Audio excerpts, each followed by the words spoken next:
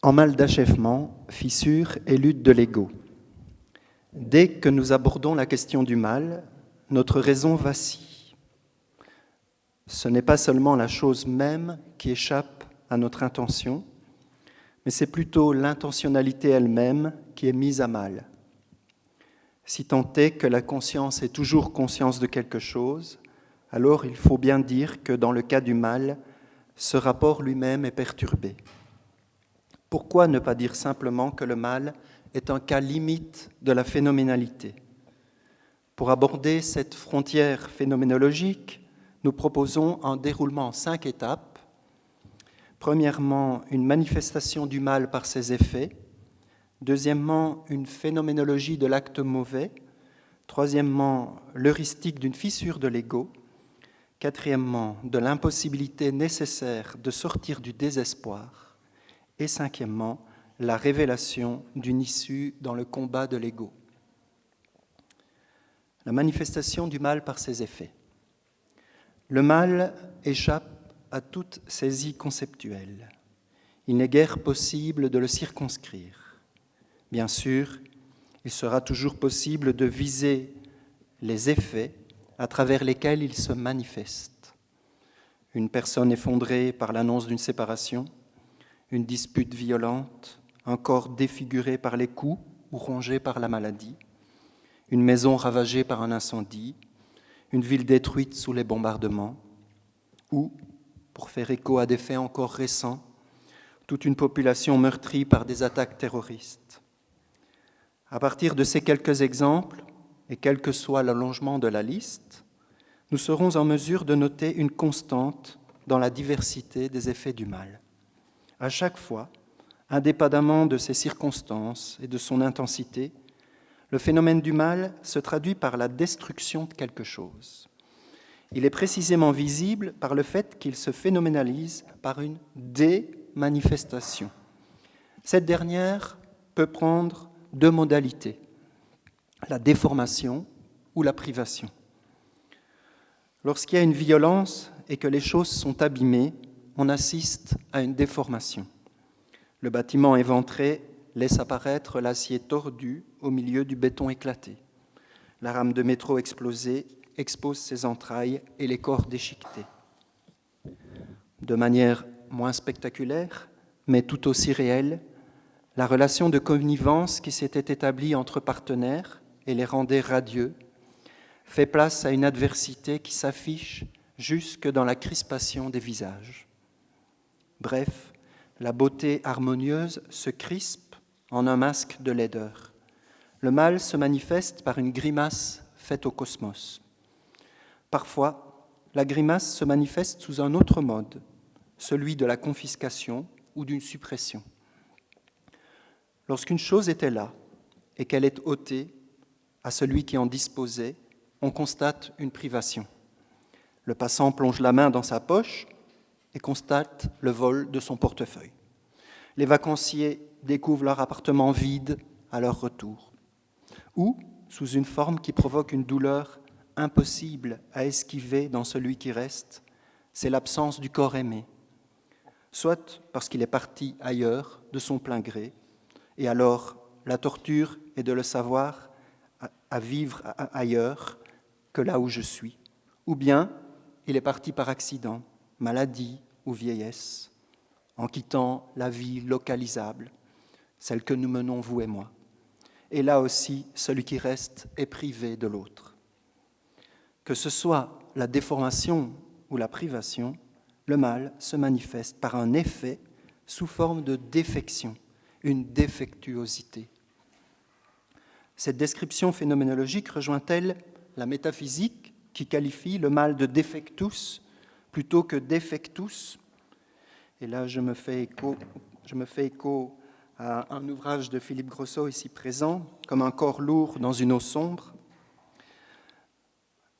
La question est ouverte, parce qu'il est issu d'un acte directement ou indirectement destructeur. Le mal révèle une certaine effectivité. À l'instar des remous provoqués par le jet d'une pierre dans l'eau, le mal se propage. Un effet néfaste peut entraîner un autre. et nul ne sait où l'onde ira échouer. En raison de ce rayonnement, il semble trop court de définir le mal comme privatio boni. Pour statuer sur cette question, le spectateur du mal est démuni. Même en dénichant les motivations d'un acte moral qui apparaît sous la forme d'un mal physique, il n'entre pas dans son intentionnalité même. Le seul endroit où la question du mal peut être véritablement traitée, finalement, n'est-il pas de l'intérieur même de l'acte mauvais ? Nul ne connaît l'effectivité d'un acte mauvais que celui qui le commet. Autrement dit, comme l'affirme Jean Nabert, et je fais écho à l'essai sur le mal, bien connu, il faut renoncer à chercher une réponse spéculative à la question du mal. C'est seulement en se situant dans ce qu'il nomme la causalité impure que nous sommes capables de décrire l'expérience du mal. De ce fait, le mal ne peut être abordé que là où nous sommes, là où je suis déjà accusé. Pour tout dire, il n'y a pas de situation où le mal puisse être objectivé. Nous ne sommes pas face au mal, mais déjà investis par lui de toutes parts. Le mal n'est pas un problème qui advient l'ego. Le mal est un combat qui implique l'ego de fond en comble. Le mal concerne l'ego dans son identité même. Comme nous allons tâcher de le décrire, le mal est précisément ce qui tente de néantiser l'ego. Et je passe à mon deuxième point qui est une phénoménologie de l'acte mauvais. Le mal que nous commettons, pour peu que nous y réfléchissions, nous plonge dans un sentiment de stupeur. Le terme est de Jean Nabert. C'est trop peu dire que nous constatons un écart entre notre vouloir et notre action. S'il s'agissait de nous retrouver provisoirement ou par quelque acte singulier en conflit avec la norme morale, nous n'éprouverions pas ce sentiment d'étrangeté à nous-mêmes qui peut nous envahir jusqu'à la nausée. Unheimlichkeit, nous pouvons prendre ce terme d'étrangeté de différentes façons, inhabitation. Ici, c'est véritablement être délogé de soi. Pourquoi ? Lorsque nous revenons réflexivement sur nos actes, nous constatons une complicité, plus persistante que toute tentative de progrès, avec une source insondable d'eau saumâtre.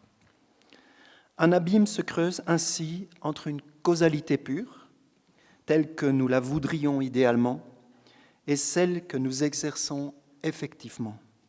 Cet écart entre une représentation, un idéal, et l'effectivité réelle est vécu comme une fissure au sein même de notre identité.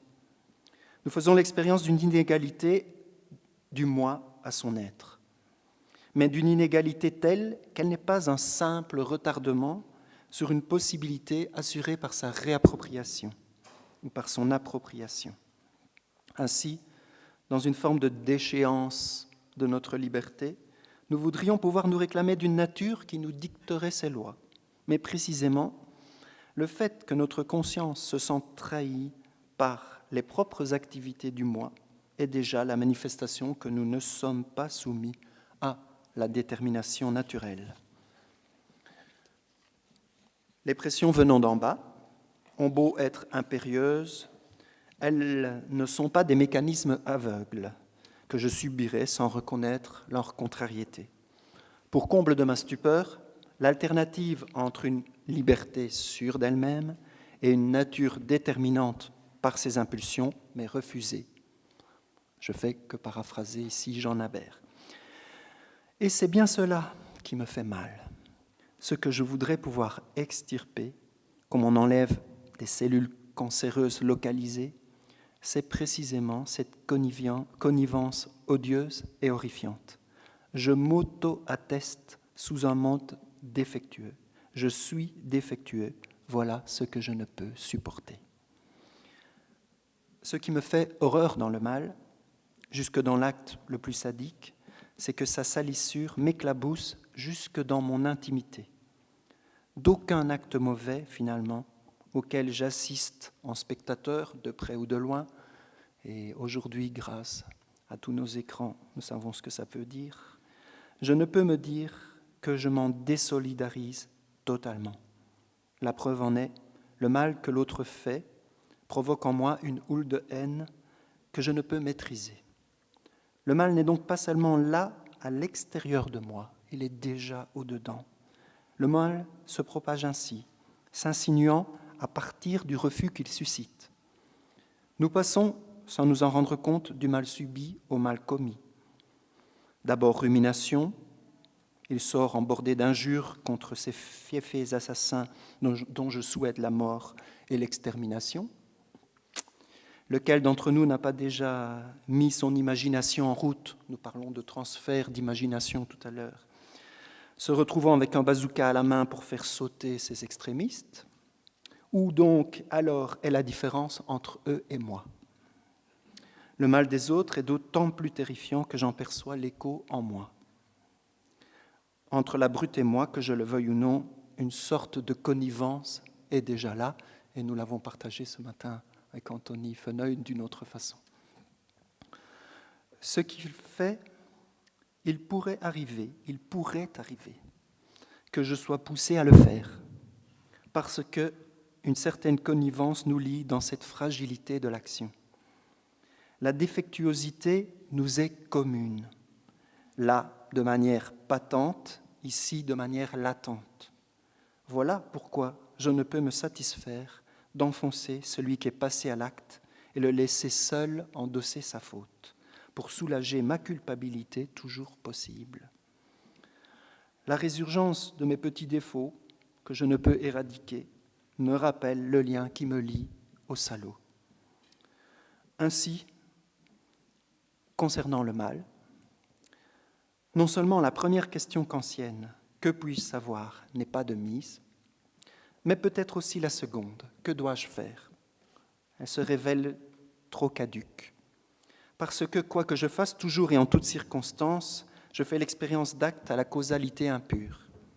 Même s'il ne s'agit que de détails apparemment infimes, mon acte n'est pas entièrement pur. Finalement, constatation faite, il ne me reste que cette dernière question. Que m'est-il permis d'espérer? Et c'est là que je passe à l'heuristique d'une fissure de l'ego. Malgré qu'ils émanent de moi, mes actes mauvais ont cette particularité que je refuse d'en assurer pleinement la paternité. Contrairement à mes actes bons, et là c'est toujours une question de gradation, je n'ai aucune peine à les reconnaître miens. Je les vis comme se faisant à la fois par et malgré moi. Donc, les actes mauvais. Tout homme, quelles que soient ses convictions religieuses, peut ainsi se reconnaître dans cette affirmation de l'apôtre Paul : « Si ce que je ne veux pas, je le fais, ce n'est pas moi qui agis. » Vous aurez reconnu Romains 7, 20. Autrement dit, le mal commis suscite en moi ce constat : je n'ai pas moi. Cette désolidarisation envers mes propres actes m'accule à reconnaître une limite dans mon autonomie. Ce qui est en jeu dans le mal, c'est la question de la liberté, plus exactement de ma liberté. Si je ne mets pas en œuvre ce que je choisis, si du non-vouloir se glisse à mon insu dans mes propres actes, jusqu'à quel point suis-je libre? Et par-delà, jusqu'à quel point puis-je encore assurer de pouvoir progresser vers mon propre accomplissement? Cette fissure entre je et moi ne peut être colmatée d'aucune manière. Aussi est-ce mon espérance même qui en reçoit le contre-coup. L'épreuve du mal commis est une remise en cause radicale de la maîtrise de moi, de la possession de moi-même.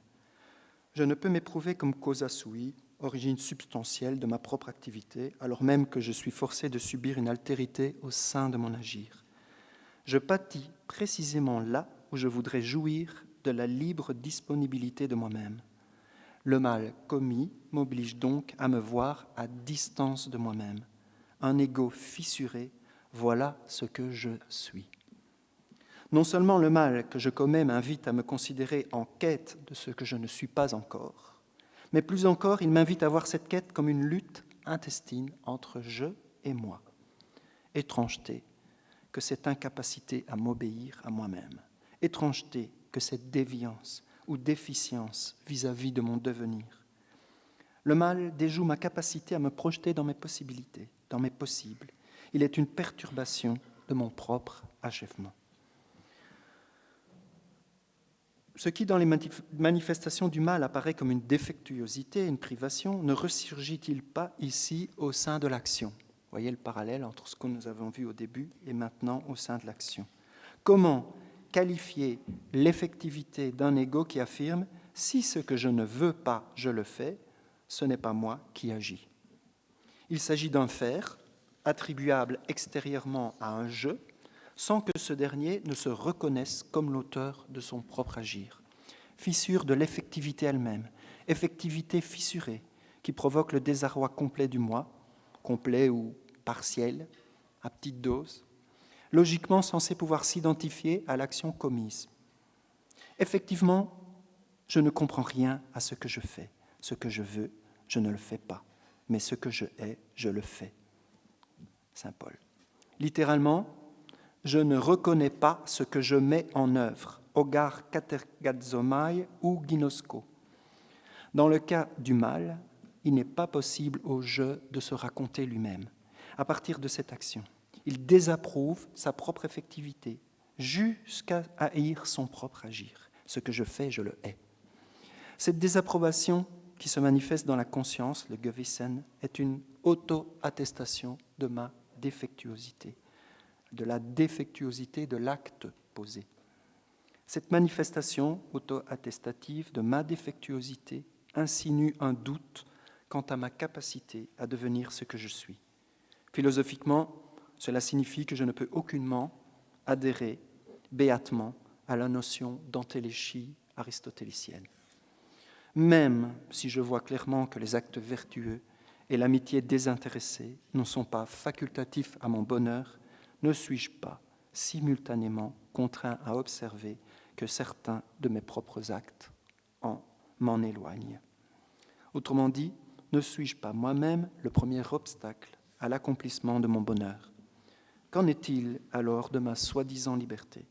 Ne suis-je pas d'ores et déjà exposé au fatum? Si je n'arrive pas à prendre le pas sur cette source immaîtrisable de mes actes, comment ne pas me constituer prisonnier d'un destin implacable? Le drame de ma vie se commuerait-il en tragédie? L'épreuve du mal fait facilement vaciller l'homme de Charybde dans Scylla. Il tombe avec d'autant plus de violence dans le diktat du destin qu'il avait misé plus radicalement sur ses propres forces. Le mal abîme l'homme dans ce qu'il a de plus noble, sa liberté. La rationalité triomphante et la tragédie ténébreuse sont sœurs jumelles. Elles ont en commun de ne pouvoir considérer un enjeu relationnel au sein du dynamisme de l'action. L'altérité au cœur de l'action y est vécue comme une négativité, d'où l'exclusion réciproque de l'identité et de l'altérité. Là où la raison apparaît comme suffisante pour conduire la volonté vers la bonté, l'altérité est exclue au profit de la seule identité. Là où la raison se découvre dépassée par une force incontrôlable, c'est l'identité qui est exclue au profit de l'altérité. D'où mon quatrième point, de l'impossibilité nécessaire de sortir du désespoir. Me voici acculé à découvrir que mon moi est gangréné. Je suis condamné à ne pas pouvoir atteindre la transparence pure que pourtant je désire.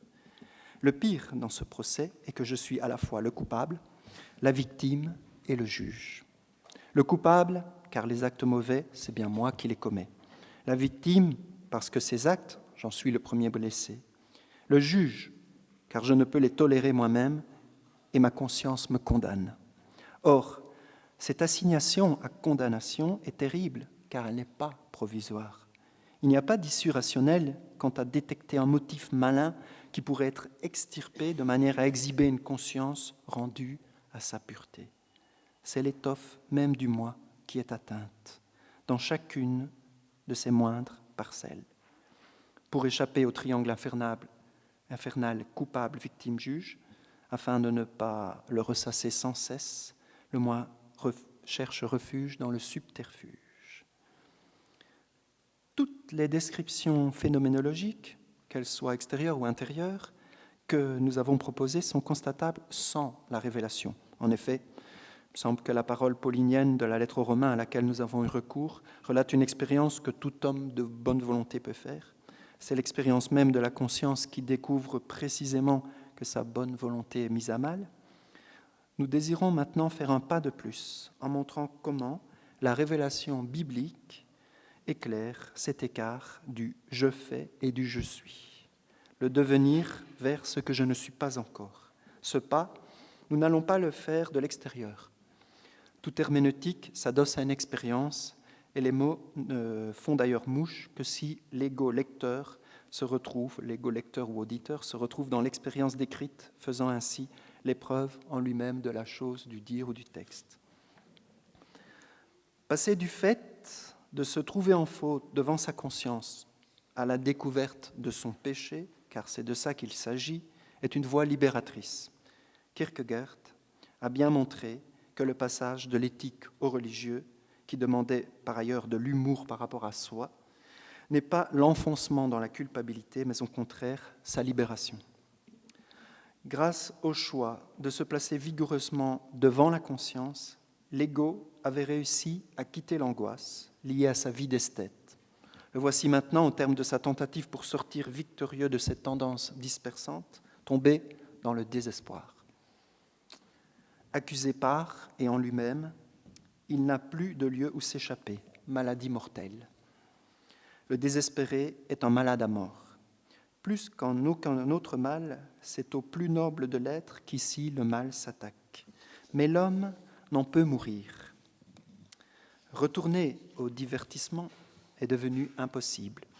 Dos au mur de son propre ego, l'ego se culpabilise d'être lui-même.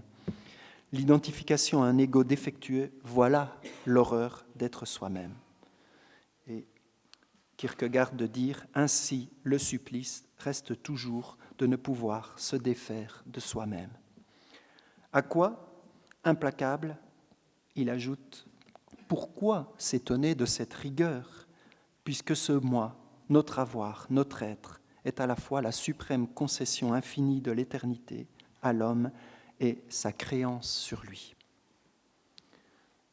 C'est dans le traité du désespoir, je suis au livre 3. Si, par bonheur, descendu là, dans cet abîme, quoi que ce soit se présentait à moi pour en sortir, je l'accepterais. Or, c'est précisément au cœur de ce gouffre infernal qu'une voie inespérée s'ouvre soudain. Mourir complètement au moi propre pour renaître à une vie nouvelle, libérée de l'appropriation de soi. Et là, on a des échos à ce que nous avons entendu ce matin avec Simone Weil. Et là, être dans le bonheur de la voie d'un achèvement dès à présent, ouverture de l'instant. Il ne faut pas croire que cette ouverture advient par une quelconque gymnastique de l'esprit. L'esprit est pris au piège de soi-même. La réflexivité n'est d'aucun secours dans le désespoir. Tenter la synthèse consciente d'infini et de fini est une bouffonnerie. Autant essayer d'enjamber le mur de la solitude, de la finitude, mais c'est peut-être aussi là aussi de la solitude, c'est un lapsus que j'assume. Allez m'en expliquer le monde d'emploi. Le processus réflexif ne fait qu'empirer les choses, me repliant encore davantage en moi-même, bête traquée dont je suis le traqueur. Il faut qu'un événement brise ce cercle infernal. Et en même temps, il m'est impossible de me le donner à moi-même. Nécessité et impossibilité, voilà le paradoxe. Voilà la croix de l'ego. Il est devant une nouvelle décision. Là où il ne subsiste aucune possibilité humaine, soit il faut se résoudre au désespoir lié à l'absurdité de l'entreprise, soit il faut tout baser sur un nouveau critère. À Dieu, tout est possible. Toute la question est alors de vouloir y croire, non plus théoriquement, comme une chose livresque, mais comme la possibilité d'une effectivité. Mais n'est-ce pas la formule pour perdre la raison ? La perdre pour gagner Dieu, c'est l'acte même de croire. Kierkegaard, Traité du désespoir, livre 3. Ainsi, sous le feu de cette réflexion critique de la raison, comble du désespoir, le moi lutte pour ne pas consentir à cette perte de lui-même.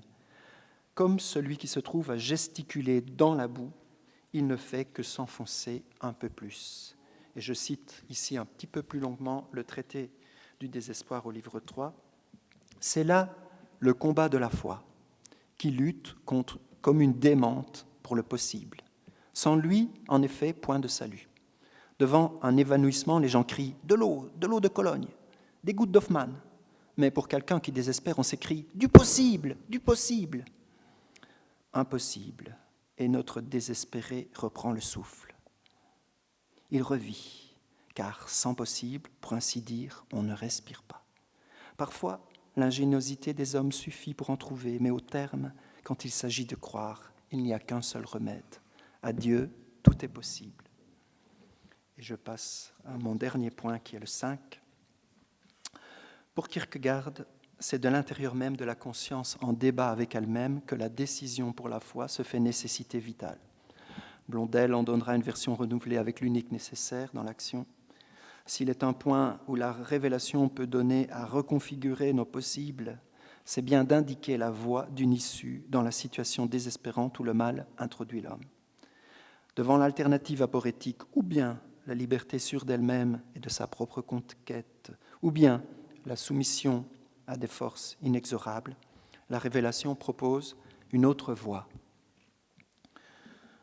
L'épreuve d'une défaillance au cœur de l'agir conduit le protagoniste biblique à reconnaître qu'il s'est retrouvé confronté à des forces destructrices insurmontables, précisément parce qu'il a voulu agir par lui-même. Dans la Bible, celui qui veut être maître de sa destinée et libre de toute obligation se retrouve l'esclave d'une situation inextricable qui le broie inexorablement. C'est donc en refusant l'alliance, qui conditionne sa liberté, que l'homme est réduit à la nécessité. Inversement, c'est en accueillant l'alliance qu'il se trouve libre d'agir dans une destinée qui lui ouvre un vaste horizon. Il ne s'agit pas là d'une donnée anecdotique ou accidentelle, mais constitutive de l'expérience qui se dévoile à travers la Bible. Depuis les patriarches jusqu'aux apôtres, tous les croyants sont structurés sur un modèle inverse au héros grec. En effet, le protagoniste biblique n'a rien de demi-dieu. Rien de tous ces super-héros que vous pourrez trouver sur les grands écrans actuellement ou depuis un bon bout de temps, mais voilà. Pas de capitaine américain. Il n'est pas victorieux grâce à une force inscrite dans sa raison, dans sa nature, en raison de sa naissance semi-divine, mais au contraire grâce à une force reçue, dans une reconnaissance de sa fragilité humaine. Vocation et aveu d'impuissance vont de pair. Prenons l'exemple de Gédéon. Lorsque l'ange du Seigneur apparaît à Gédéon et lui dit « Le Seigneur est avec toi, vaillant guerrier. Va avec cette force que tu as et sauve Israël de Madian. » « Oui, c'est moi qui t'envoie. » Gédéon lui répond « Pardon, mon Seigneur, comment sauverai-je Israël ? Mon clan est le plus faible en Manassé et moi je suis le plus jeune dans la maison de mon père. » L'ange lui répond « Je serai avec toi et ainsi tu battras les Madianites tous ensemble. » Juges 6, 12, 17. Il en va ainsi chez les prophètes. Cette structure prophétique ne présente pas que quelques cas isolés. En fait, elle émerge d'un tissu expérimental qui est précisément régi par le critère de disproportion entre ce qui est à accomplir et la force apparemment disponible. L'ensemble des livres historiques est aussi basé sur ce canevas. L'emblème en est le récit de David contre Goliath, bien connu, dans le premier livre de Samuel 17. Ici, les traits du combat sont typés dans deux figures antithétiques. Le faible qui compte sur Dieu, David, et le fort qui compte sur lui-même, Goliath. Contrairement à ce qui devrait normalement se passer à vue humaine, c'est le faible qui gagne. D'où l'étonnement et l'émerveillement de tous, tant l'incapacité de David est évidente. Tu es incapable d'aller te battre contre ce Philistin. Tu n'es qu'un gamin, et lui un homme de guerre depuis sa jeunesse. Cette incapacité se confirme par l'impossibilité de David de porter l'armure de combat, même pas capable de porter l'armure. Mais ceci n'est que le revers d'une médaille dont le versant est bien mis en évidence par l'hagiographe. David lui-même s'est engagé, s'est impliqué à ses risques et périls en faisant confiance d'avance que la victoire lui serait accordée. Toute cette assemblée le saura, ce n'est ni par l'épée ni par la lance que le Seigneur donne la victoire. La condition requise du témoignage est la foi du témoin qui se met en branle dans une action dont il sait d'avance qu'il n'a pas les moyens de l'accomplir par sa propre force. Cette disproportion, la démesure entre les moyens disponibles visibles et l'événement qui survient de fait, est l'avènement du sublime. Cet excès, c'est l'écart qui est la manifestation de l'absolu, tant pour le témoin acteur que pour les témoins spectateurs. Le test de vérifiabilité est donc une auto-attestation, un témoignage par l'épreuve d'un excès de puissance dans la faiblesse. Autrement dit, la victoire contre le mal est le lieu même de la vérification que Dieu agit. Après cela, à quoi bon demander encore des preuves de la foi? Et je conclus. Que dire à l'issue de ce petit parcours? Le mal ne me semble pas un problème. Il n'est pas abordable comme un problème. Il se manifeste d'emblée comme un combat. Or, la spécificité de ce combat est qu'il ne se situe pas uniquement sur le plan empirique, mais sur le plan transcendantal. Le mal tente à anéantir l'homme en le poussant au désespoir, car il le déchire en l'atteignant dans ses conditions de possibilité. Dans ce combat, l'ego est fissuré à l'intime de lui-même. Il est séparé de lui par un attachement excessif dont il ne peut justement pas se défaire. Et c'est là la difficulté. Telle est la croix phénoménologique, je reprends l'expression que j'ai prise dans mon livre « La percée de l'ego ». Pour s'acheminer vers l'ego qu'il est déjà sans l'être encore, l'homme n'a d'autre issue que de renoncer à son moi propre, perdre pour gagner. C'est la décision de la foi. Or, ce geste insensé s'atteste comme l'acte le plus sensé puisqu'il ouvre un possible là où la situation était sans issue. Ce schéma est celui de l'homme biblique. L'apôtre est le type même de celui qui reçoit la force dans l'aveu de sa faiblesse. Priant Dieu que lui soit ôtée l'écharde avec laquelle on commençait ce colloque, qui le taraude dans sa chair, Paul se voit rétorquer « Ma grâce te suffit, ma puissance donne toute sa mesure dans la faiblesse, ce à quoi l'apôtre consent, aussi mettrai-je ma fierté bien plutôt dans mes faiblesses, afin que repose sur moi la puissance du Christ. » Merci à vous.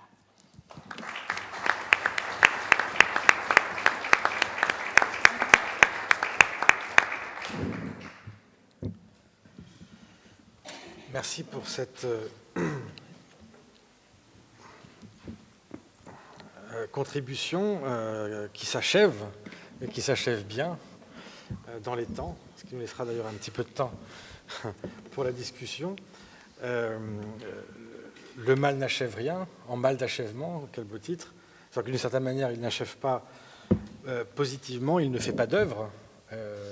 Et d'une certaine manière, il n'achève rien non plus jusqu'à aller à l'anéantissement. Il ne va pas jusqu'à anéantir comme on achève des chevaux. Bref, ça me fait penser à ce mot célèbre de Claudel, le mal ne compose pas. C'est la manière dont il le définissait et qui me semble faire écho à votre propre intervention. Alors, je laisse la parole. J'aurai 2 questions éventuellement, mais que je réserve pour la suite si les doigts ne se lèvent pas.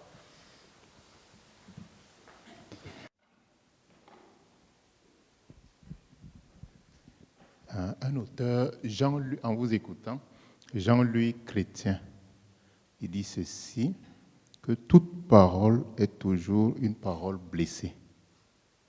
Est-ce la conséquence, en fait, cette blessure de la parole chez l'homme, est-ce que c'est la conséquence de cette fissure du mal en chacun de nous? Et y a-t-il, comment guérir? Parce qu'en vous écoutant, en fait, c'est vrai que vous avez parlé de l'achèvement, mais comment guérir? Est-ce qu'on peut guérir? Quand on voit aujourd'hui toutes ces dépressions qu'il y a et tout, quels sont les chemins de guérison de cette parole blessée ou de cette fissure? La parole est blessée Et dans l'homme, l'homme est blessé dans son intégralité. Il est blessé dans l'usage aussi de son intelligence. C'est pour ça que aborder pour moi la question du mal est de l'ordre du combat. C'est comme vous avez vu que j'ai pris la position plus pascalienne ou plus kierkegaardienne, qui est une certaine position par rapport à l'équilibre de la personne. La guérison, il y a une forme de guérison, de pacification de soi par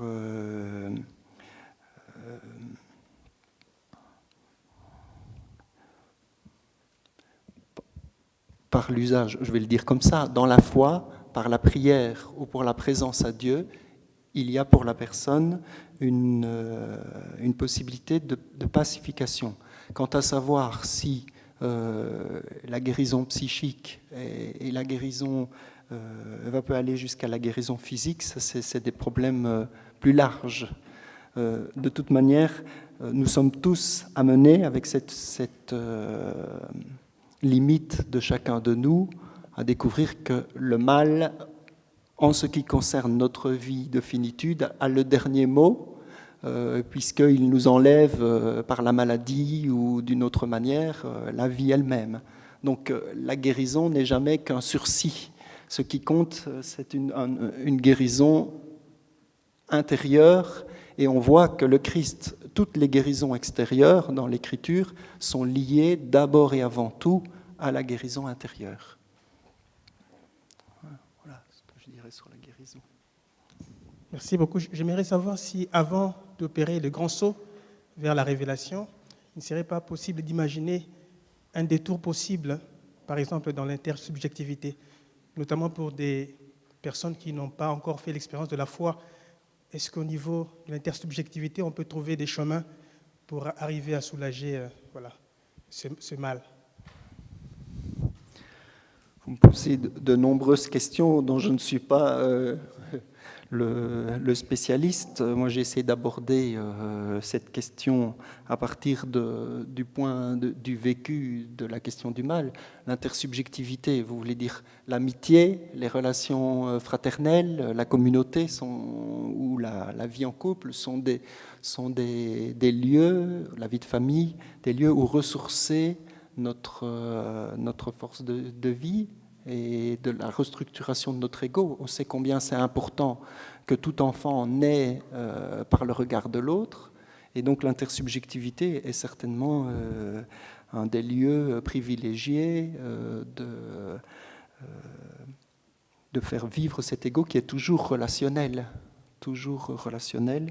et qui, s'il reste complètement seul, je dirais, s'atrophie d'une certaine manière. Je ne parle pas de l'anachorète qui a choisi de vivre seul, d'ailleurs souvent après une longue vie de communauté, mais la solitude sans relation. C'est tout ce que je peux dire. Une question naïve, peut-être critique, mais uniquement pour vous donner l'occasion d'y répondre. Donc j'entends bien, le mal ne se connaît que du dedans.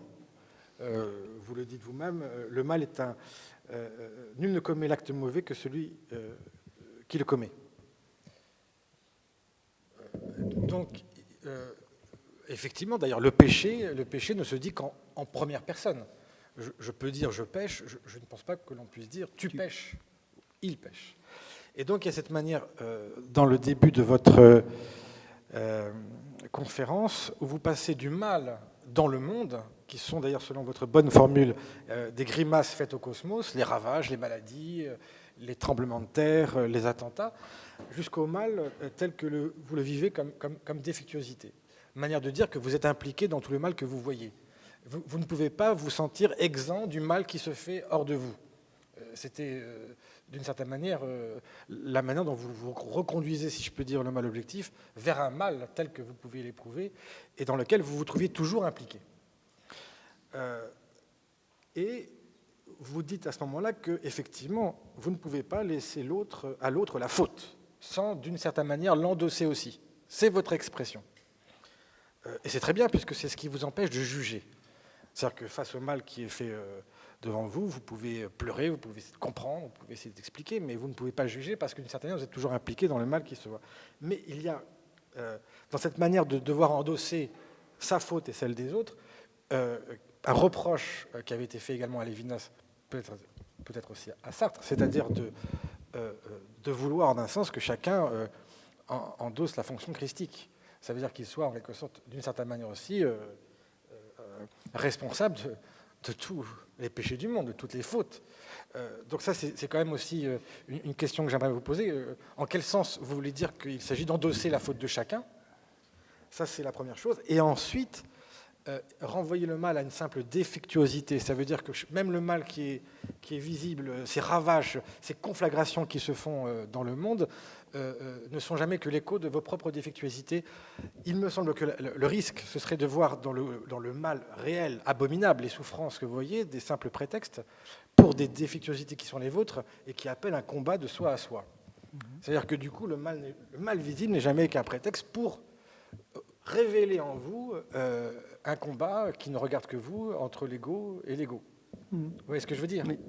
Du coup, la culpa, c'est la Felix culpa. Vous voyez. Alors après, bienheureux péché qui me donne un si grand rédempteur. Bon, c'est des questions. Voilà. Merci pour les questions qui me permettent peut-être de préciser davantage mon propos. D'abord, je n'ai pas employé l'expression d'endosser la faute d'autrui. Je ne l'ai pas employé et je vois très bien ce que vous voulez dire chez Emmanuel Lévinas, où chez Lévinas, en effet, il est presque un jeu christique qui endosse la faute de tous et pour tous. Ici, je veux davantage parler d'une connivence connaturelle entre le cadre même de notre vie qui va jusqu'à celui de la nature et le cadre de notre vie intérieure, c'est-à-dire que nature et esprit sont en corrélation. Et donc cette corrélation, pour prendre un exemple, imaginons-nous être dans un monde qui soit un cosmos parfait, sans animaux violents, sans raz-de-marée, quelque chose d'absolument irénique, et que, entre personnes humaines, nous soyons d'une violence rare. Il y aurait quelque chose qui ne pourrait pas fonctionner. Nous sommes dans le cadre cosmologique ou naturel qui correspond à la vie de notre esprit. Et là, je vais vers des choses de Patočka qui a au niveau cosmologique cette relation. Donc, c'est cette connivence-là que j'essaie de montrer. Et c'est pour ça que je suis parti d'une défectuosité extérieure et patente et à cette défectuosité intérieure, parce que je crois qu'elles sont en corrélation. Je vais dire une énormité. Si tous les hommes, à l'instant même, entraient dans une relation d'amour inouï, je pense que le cosmos pourrait en changer. C'est-à-dire qu'il y a un lien beaucoup plus fort que nous l'imaginons entre le psychique et le physique. Et il me semble, chez un certain Husserl, qu'il y a des éléments de cette relation, en tout cas dans la Crisis, qui sont très forts, où il montre que la nature n'est pas en face de l'esprit, mais l'esprit englobe tout entier la nature dans sa corrélation. Et ça me semble un élément très important qui n'a pas été souvent compris. On l'a tiré soit vers l'idéalisme, où on l'a dit n'était pas assez réaliste. Et des gens comme Patočka le montrent bien. Je suis donc plutôt dans cette tendance-là que la tendance lévinassienne. Voilà. Et donc, ce qui fait que, pour prendre par exemple quelqu'un comme Eti Ilesum, on l'a cité ce matin, si le lieu où le mal peut se combattre jusque dans son incidence extérieure, le seul endroit où je peux le combattre, c'est en moi. C'est pour ça que c'est le lieu d'immanence qui... c'est le lieu où la question se pose vraiment pour moi. Donc, plutôt que de la reporter sur une extériorité, c'est là où je peux, pas l'endosser, mais combattre avec les autres. Donc, vous voyez la différence, c'est plus en communion, quoi. Voilà.